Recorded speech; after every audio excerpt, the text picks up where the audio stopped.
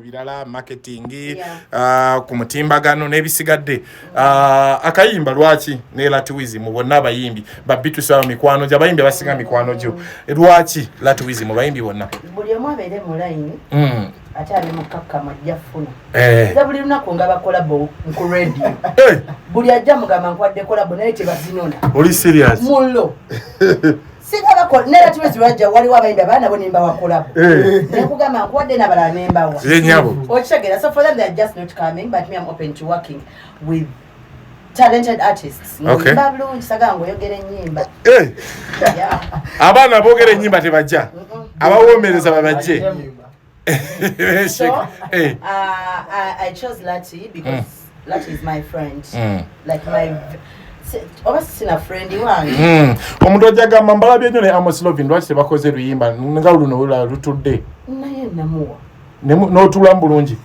namuwa go amwa yakuwa kati gobola bani asobola owamu Amos Lovin na go amwa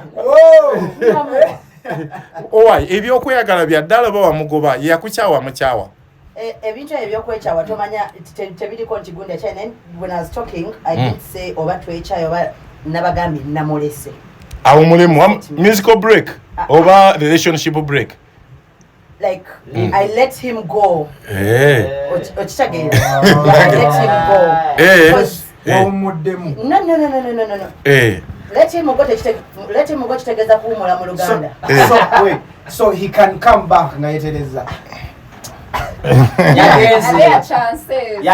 because I'll tell you one thing when you're having relationships I feel so bad apparently I have to talk about this like literally everywhere and he might feel attacked but the thing is good moments are good moments I had good times with him and they reached an end yeah kati actually nelero waliwo manager ayagala omusayininga era yantuukiride ne mugamba sina bad blood gendayo mukole ne mugamba mukole I recommended him kubanga yeye obimanya ebyendongo yagambye asala kola na muntu ng'omuntu eyamutayako ettoffaali amulinako ekiringa I don't have any bad blood with him work muyimbi mulungi kola naye but sit with him and he has to be sure he's deciding because that's a weakness for him deciding so if he decides nemwa go ahead muntu wafojja balabanga bakola nemwa go ahead era nansaba nangamba osobola otula nange naye n'omumpa mu butongole nemugamba yes like obutaberawo na emotions ezo but I respect him but like we are not so sugar abamu bagamba nti kali kabadi wali omuyisizaawo ng'erinnya liganya okusuka naye nga temweyagala kati nga muyita nti nga mwana wa mama wo ng'akusasulamu balete receipt singa bansasula iri mugye nakola naye kati singa nina mu Range Rover so tunulire nedda abayimbi basasula ba TikToker okola challenge influencingira oba okubabeerako bababeerako nga bwe mubaddeko okitegedde so I was not paid I genuinely loved him okay then katugenda kulimba lwaffe okuliwulira Scofield n'okulogerako obuzibu kiwena ne Joyiranda nalabye ka video nga owanda ne ngamba bannange Black Sugar wange nga awanda nafunye obuzibu na bannayuganda buli obwa bo baagala wulirako ekyo kye babatemeddeko bawulire abantu basoma ebipande mpaayo omuntu eyali akutte eggulire n'asoma olaba kati bino ebintu nti biri wano omuntu ayinza muyinza okubeera neno nga waliwo abantu abayingira mu studio okimanyi nti wali abantu ababeera mu studio nga takwata nko ku mention nga tajiyita namu nga just wamanya nti Coca-Cola sorry I don't know if they have an endorsement with you but like nga walaba brand agitegedde ajogera bubwe tategedde kyebamugambye kukola okitegeera as a learned person I know that you're supposed to know what you're talking about kituufu so abantu abasinga bagamba Sugar ayogera jo bitamuddamu takola ki tajja kunziramu watasobola kunziramu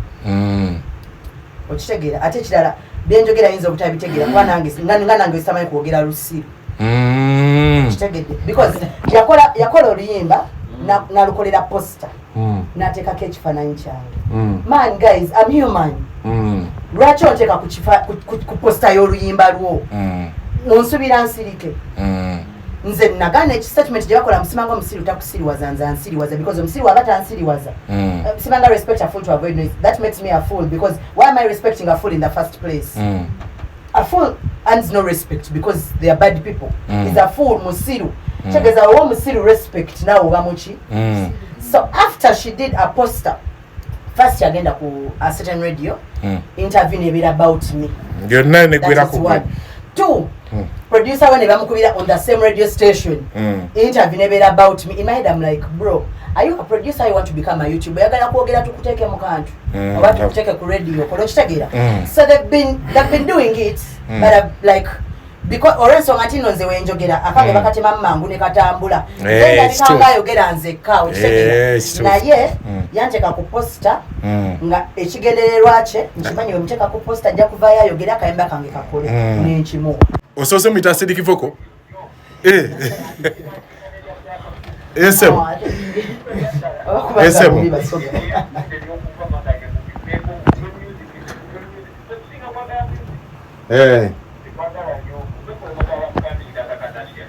promoter of upcoming tukwebaziza nnyo yagambye mukube endongo ebisigadde mu biveeko Metro FM agiriko. Hello ali kusimelo wanji tata wewe ali kusiima wakiso kisengo gambo tatuli ne Black Sugar ne Lati Wizi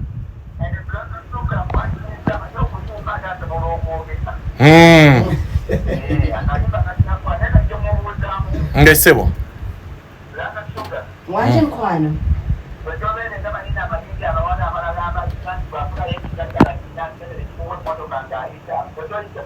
obuzibu nina sente abayimbi bajja banakubayiza we mubinze nina sente kati ate abasente diriwo watu olina kyomugamba ndowooza kituufu kyo so mumbeera yenyini kanfune simu endala kutoti nyamusamu anamu 332 Metro. Alo sebo tukuwulira kwetuli jendi mukwano ogamba otya nga tetukuwulira ebeera noti 07447 ne abasajja bayimbye Scofield muntu wabata kyekiki ye project jenini ya Mary Bada ne John Black muntu tagisubira kuba bwetyo ne bano bayimbye omuntu awulira ayinza okunyoma ne tune nungi Metro wanje mkwano jendi mukwano ogamba otya wanji sebo ngesebo oyo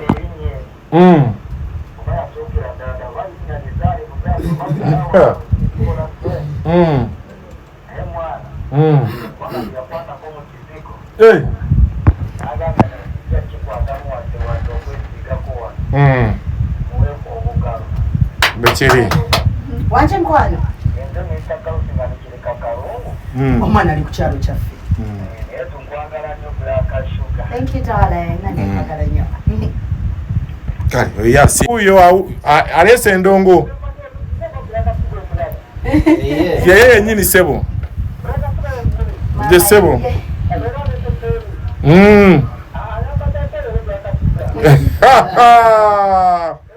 yesebo ambade kafulu kakombine yesebo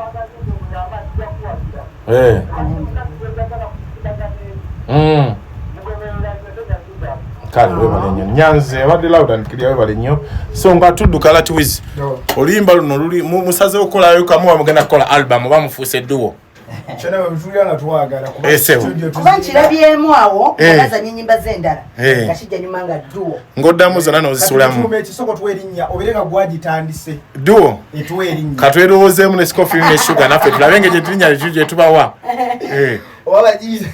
wabagiyita firigo nniyo so Sugar abantu abawagizi bo kati bategere nti endongo osumuludde. Yeah, endongo njirimu officially under risky management. Yes, yenyam. Yeah, risky will. Yes, yagaye will. Era ye mukama wange. So I'm fully into the career. Okay. batera okukolera abayimbi meeting ezange muzangu yewe mulwawo ngenda bayita mu ngalo oyinza okuyita manager from Pia kale so abawuliriza I'm humbled. Everyone had positive comments on the song and I expected it because twagenda va mu studio nga we know it's going to be nice. Okay. By the way, Lulimba also from mu studio nga buli omwamanyi Lulimba hit. Wetu akayimba kirigambo bibiri byokka. Lulimba buli omwaru kutte.